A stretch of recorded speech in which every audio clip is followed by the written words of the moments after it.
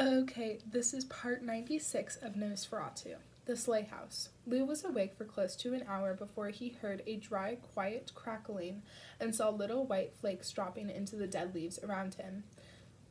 He tipped his head back and squinted into the night. It had begun to snow. Lou? Vic asked. His neck was stiffening up and it hurt to lower his chin. He looked over at Vic lying on the ground to his right. She had been asleep a moment ago, but now she was with him, eyes wide open. "Yeah," he said. "Is my mother still here?"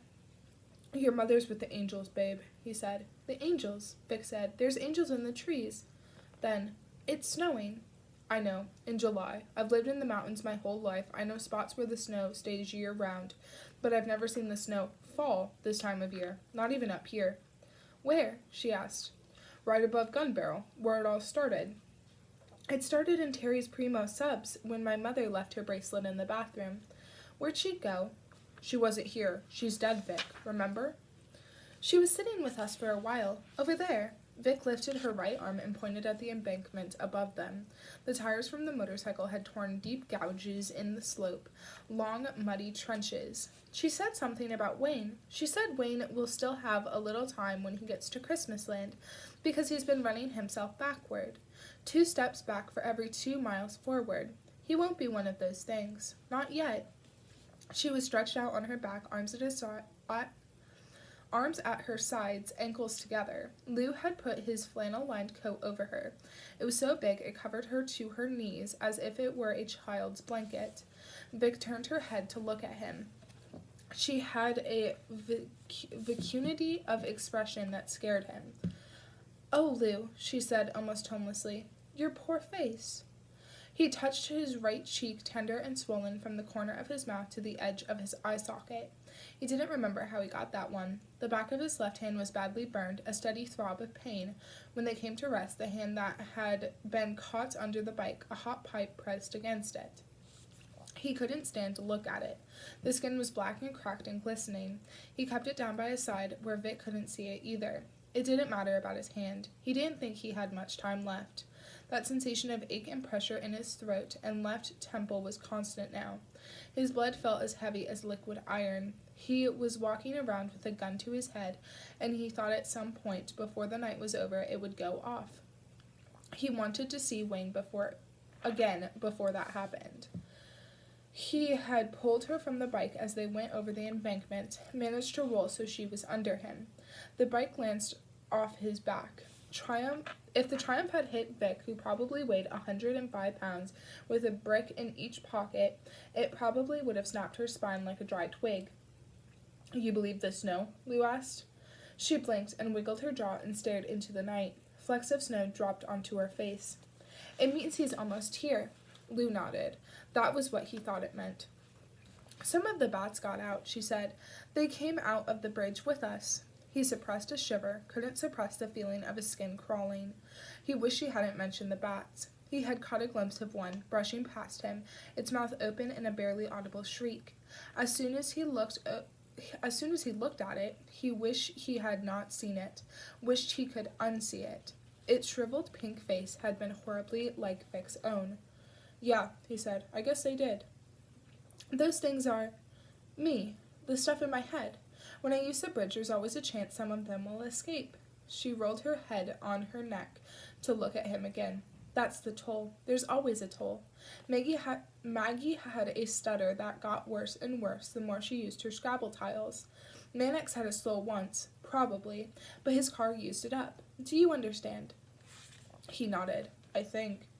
"If I say some things that don't make sense," she said, "you have to let me know. If I start to seem confused, you straighten me out. Do you hear me, Lou Comedy?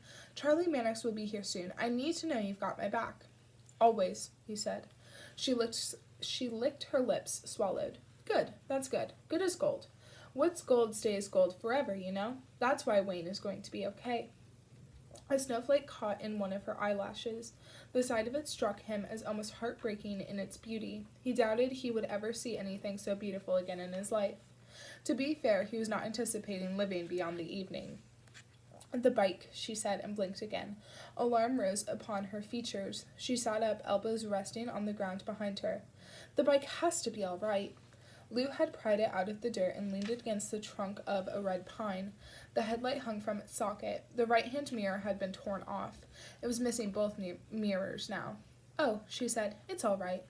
"Well, I don't know. I haven't tried starting it. We don't know what might have come loose. You want me to?" "No, it's okay," she said. "It'll start." The breeze blew the dusting of snow at a slant. The night filled with soft chiming sounds. Vic lifted her chin, looked into the branches above them, filled with angels, Santas, snowflakes, globes of silver and gold. "I wonder why they don't smash," Lou said. "They're Horcruxes," Vic said. Lou shot a look at her, hard, worried. "You mean like in Harry Potter?" She laughed, a frightening, unhappy sound. "Look at all of them. There is more gold and there are more rubies in these trees than there were in all of Offer. And it will end the same here as it did there." "Oh, fear?" he said. "You're not making sense, Vic. Come back to me." She lowered her head, shook it as if to clear it, then put a hand against her neck, grimaced in pain. Vic looked up at him from beneath her hair. It shocked him now, how suddenly like herself she seemed. She had that big smirk on her face, and that look of mischief in her eyes that had always turned him on. She said, "You're a good man, Lou Comedy. I may be one crazy bitch, but I love you. I'm sorry about a lot of things I put you through, and I wish like hell you'd met someone better than me. But I am not sorry we had a kid together. He's got my looks and your heart. I know which one is worth more." He put his fists on the ground and slid on his butt to be next to her. He reached her side and put his arm around her and hugged her to his chest, rested his face in her hair. "Who says there's better than you?" he said. "You say things about yourself I wouldn't let anyone in the world get away with saying." He kissed her scalp. "We made a good boy. Time to get him back." She pulled away from him and to look up in his face. "What happened to the timers? The explosives?" He reached for the backpack a few feet away. It was open. "I started to work on them," he said, "a little while ago. Just something to do with my hands while I waited for you to wake up." He gestured with his hands as if to show how useless they were when they were empty. Then he put his left mitt down, hoping she hadn't noticed how badly it was burned. The cuffs dangled from the wrist onto his other hand. Vic smiled again, tugged on them. "We'll do something kinky with these later," she said, except she said it in a tone of inexpressible weariness, a tone that suggested not erotic anticipation but the distant memory of red wine and lazy kisses. He blushed. He had always been an easy blusher. She laughed and pecked his cheek. "Show me what you've done," she said. "Well," he told her, "not much. Some of the timers are no good. They got smashed while we were making our great escape. I've got 4 of them wired up." He reached into the sack and removed some of the slippery white packages of ANFO. The black timer dangled close to the top, connected to a pair of wires, one red, one green, that went down into the tight plastic bag containing the prepared explosive. The timers are just little alarm clocks, really. One hand shows the hour, the other shows when they're set to switch on. See? Then you press here to start them running. It made his armpits prickle with monkey sweat just holding one of the slick packs of explosive. A fucking Christmas light timer was the only thing between the two of them and an explosion that wouldn't leave even fragments. "There's one thing I don't get," he said. "When are you going to plant them? And where?" He got to his feet and craned his head, looking either way, like a child about to cross a busy road.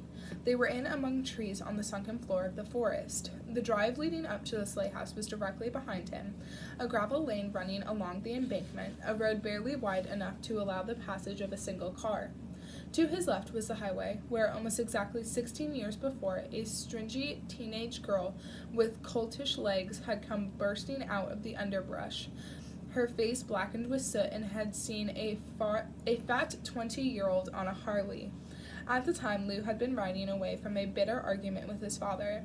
Lou had asked for a little money, wanted to get his GED, then apply to state college and start publishing. When his father asked why, Lou said so he could start his own comic book company. His father put on a puss and said why not use the money as toilet paper, it would come to the same thing. He said if Lou wanted an education, he could do what he had done and join the Marines. Maybe lose some of the fat in the process and get a real haircut. Lou took off on his bike so his mother wouldn't see him crying. It had been in his mind to drive to Denver, enlist, and disappear from his father's life, spend a couple years in the services overseas. He would not return until he was a different man, someone lean and hard and cool, someone who would allow his father to hug him but would not provide a hug in return. He would call his father Sir, sit stiffly at attention in his chair, resist smiling. "How do you like my haircut, sir?" he might ask. "Does it meet your high standards?" He wanted to drive away and come back remade, a man his parents didn't know. As it was, that was very much what happened, although he never got as far as Denver. To his right was the house where Vic had nearly burned to death. Not that it was a house anymore, not by any conventional definition. All that remained was a sooty cement platform and a tangle of burned sticks. Amid the ruin was a blistered and blackened, old-fashioned Frigidaire on its side, the smoked and warped frame of a bed, part of a staircase. A single wall of what had once been the garage appeared almost untouched. A door set in that wall stood open, implying an invitation to come on in, pull up some burned lumber, have a seat, and stay a while. Broken glass silted the rubble. "I mean, this isn't like Christmasland, right?" "No," she said, "it's the doorway. He probably doesn't need to come here to cross over, but it's easier for him here." Angels held trumpets to their lips, drifted and swayed in the flecks of snow. "Your doorway," he said. "The bridge. It's gone. It was gone by the time we hit the bottom of the slope." "I can get it back when I need it," she said. "I wish we could have brought those cops through with us, lead 'em right across. Maybe they could have pointed all those guns at the right guy." She said, "I think the less weight we put on the bridge, the better. It's an avenue of last resort. I didn't even want to bring you across." "Well, I'm here now." He still held a glossy package of info in one hand. He slipped it gently back in with the others and hefted the backpack. "What's the plan now?" She said, "The first part of the plan is that you give those to me."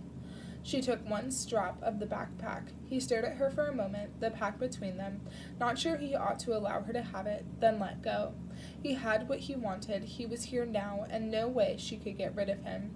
She hooked it over her shoulder. "The second part of the plan," she stated, then turned her head and looked toward the highway.